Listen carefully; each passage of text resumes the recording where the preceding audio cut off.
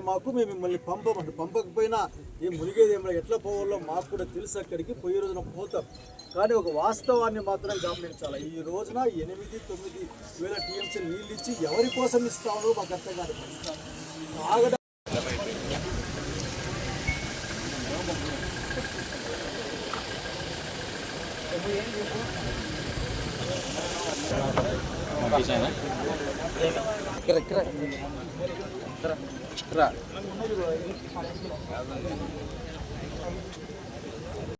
వ్యవసాయం చేయడం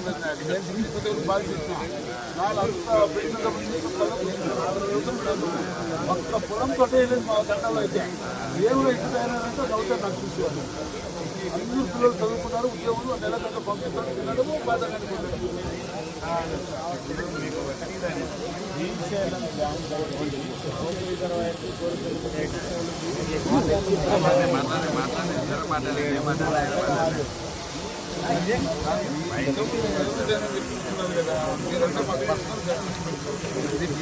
మళ్ళా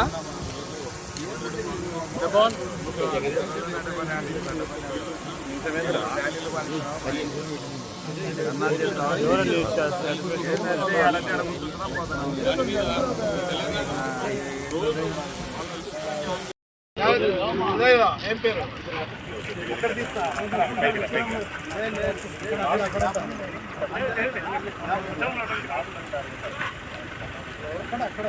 ముందు కావయా నువ్వు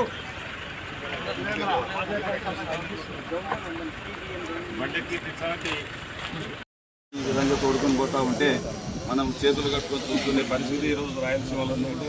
ఎంత దుర్మార్గంగా ఉందో ఒక్కసారి ఆలోచించుకోవాల్సిన అవసరం ఉంది.